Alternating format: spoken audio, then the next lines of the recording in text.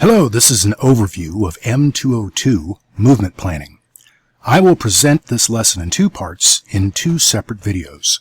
In this video, I'll briefly talk about convoy planning, which encompasses the considerations planners must make, as well as the math involved in preparing a movement table. In the second video, I'll dig a little deeper into the calculations required to plan a ground convoy. This slide summarizes the applicable ELOs for M202.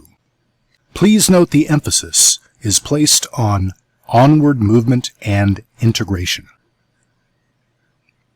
This slide summarizes the main points of M202. Following your instructor's lecture, you will conduct a practical exercise in which you plan the movement of brigade-sized units. At the conclusion of this lesson, you should be able to explain the difference between movement and maneuver. You should have better appreciation for the scope and scale of moving an Army division. You should be familiar with what it takes to plan a unit ground movement. You should appreciate what goes into a route synchronization plan, a distribution network design, and a road movement table. And finally, you should be able to produce a plan for the ground movement of large units. Here's a photograph of 1st Armored Division on the move during Desert Storm in column. Note, this is only one of the march columns. How much road space does a division require?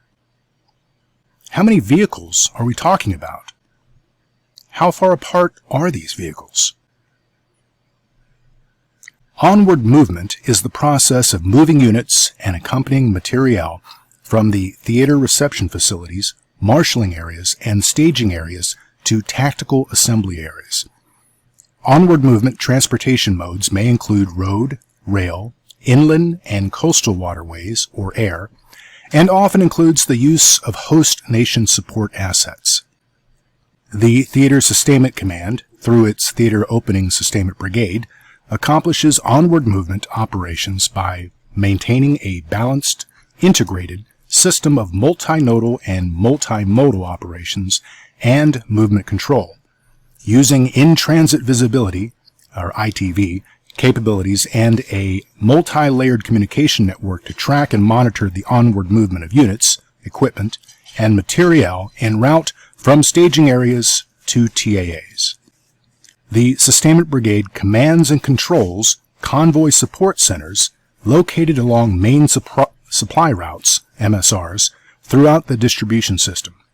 During the onward movement phase, combat-ready equipment and personnel move from staging areas to tactical assembly areas, operating areas, and other destinations in accordance with the geographic combatant commander's priorities. During the onward movement phase, division planners synchronize efforts with theater assets to coordinate movement of combat-ready systems. Multiple factors must be considered during this process. This slide shows a way to display a division movement from a TAA to a forward passage of lines, or an LD. Ideally, the division wants to move on multiple routes through multiple movement corridors. Each of those routes would have multiple serials moving as part of a column. This diagram displays the division moving in 4 echelons, a technique used by some units. Take a moment to consider the size and scope of this movement. Do you think you can get to this level of fidelity? Although it is very basic, it is important to make sure everyone has a grasp of the basics before moving forward with calculations. All movement is a function of time, distance, and rate. Planners can consider these 3 factors and determine a rough order of magnitude estimate for any move. However, planners conduct deliberate movement planning because of the complexities of organizing and moving multiple vehicles over long distances. This slide further explains the arithmetic calculations used to determine the missing factor using the DTR triangle as a technique to remember which numbers to multiply and or divide. Distance equals rate multiplied by time. We measure distance in kilometers. Rate equals distance divided by time. We express rate as kilometers per hour. Time equals distance divided by rate. We are typically looking for time expressed in minutes. The calculations are important, but they represent a very small part of movements planning. Prior to doing the actual calculations, many factors must be determined. Later in this lesson, we'll discuss what you need to know prior to doing these calculations. Let's suppose that you need to know how long it will take to get from your SP to the first checkpoint. The distance to the first CP is 8 kilometers. Given a rate of march of 30 kilometers per hour, we can use the formula from the previous slide and divide distance by rate to figure out the time required. In this case, it's 16 minutes. Why must we multiply by 60? We must multiply by 60 because we are converting hours to minutes. In our second example, the distance is 9 kilometers. Once again, we must multiply by 60 to convert hours to minutes. Take note, if our lead vehicle departs the SP at 0800, it will arrive at the first CP by 0816. The vehicle will arrive 18 minutes later at the second CP at 8:34. Here are the movement planning formulas that you will need to prepare a movement table. These formulas are simplified and assume that you know when you must convert various units used in the calculations. Accordingly, it is important that you understand what units of measurement are sought when doing your calculations. Density is expressed in vehicles per kilometer. To use this formula, you will need to know the prescribed gap in meters between vehicles. You'll also need to figure out what the average length of each vehicle is in terms of meters. Road space is usually expressed in kilometers. You've already figured out the density, so you can plug that in here. What about time gaps? We will go over this formula during the instructor-led PE. You can find the formula for time gaps in Appendix C of ATP 4-16. Pass time is the amount of time for a convoy or one of its sub-elements to pass a given point. We express pass time in minutes. Clearance time is the total time it takes for the convoy or one of its sub-elements to get to a point and pass it. So you already know this formula. It might be easier just to expand things out. There we go. Clearance time can be expressed in minutes or hours in minutes. Here is an example of a movement table. You'll find the instructions for this table in Appendix C of the April 2022 edition of ATP 4-16. Most of this table is self-explanatory. Your unit SOP may vary from this format, so let's just highlight a few things. Okay, this table only controls movement along the route noted in column G, in this case, route A. Column H, route to SP, shows the road units take to get to the SP. Units must use backwards planning to enable them to arrive at the SP at the designated time and at the designated speed and interval for the march element. This movement table shows a route that has its SP at checkpoint 97 and its release point at checkpoint 106 along Route A.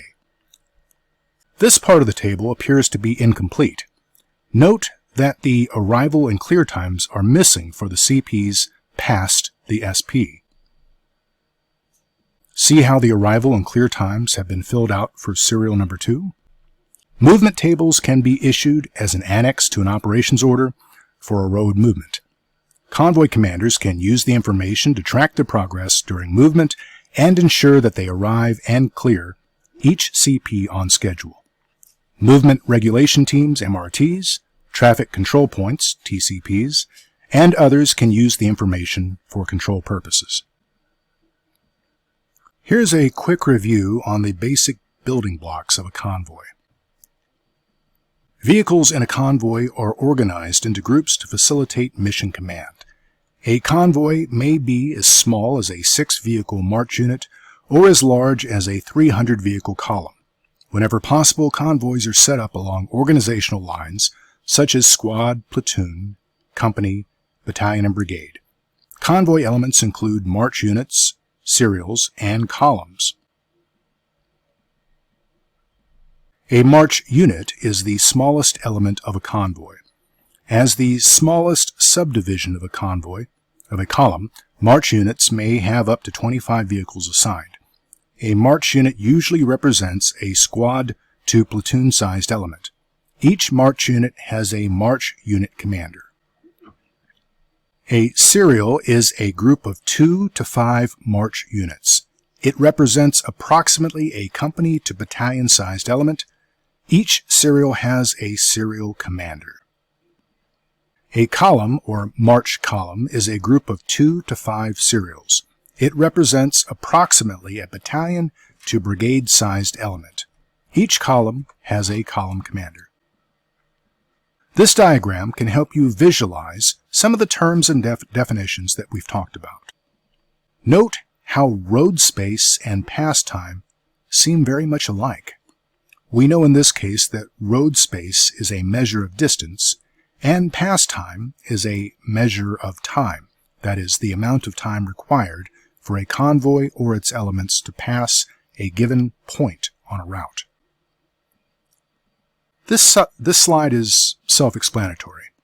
It may get you to think about porta potties, trash, fuel, movement priorities, straggler control, what to do with broken, damaged, or destroyed equipment, where and when to refuel, when or where refuel is available, medical support, and so on. What role do the other warfighting functions play in movement planning? During MDMP, division planners and each of their warfighting functions and subfunctions produce a running estimate. These running estimates may provide critical information that impacts the movement order. Working together, the synchronization of the various warfighting functions prevents congestion and enforces the commander's movement priorities. This is a transition slide that leads to PE number 1.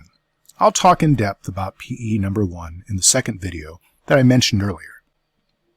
After the instructor-led practical exercise, PE number 1, here is the transition slide to PE number 2, the student-led PE. Your instructor will explain what is expected of you at this point. Here is a picture of part of 1st Armored Division preparing to move during Desert Storm.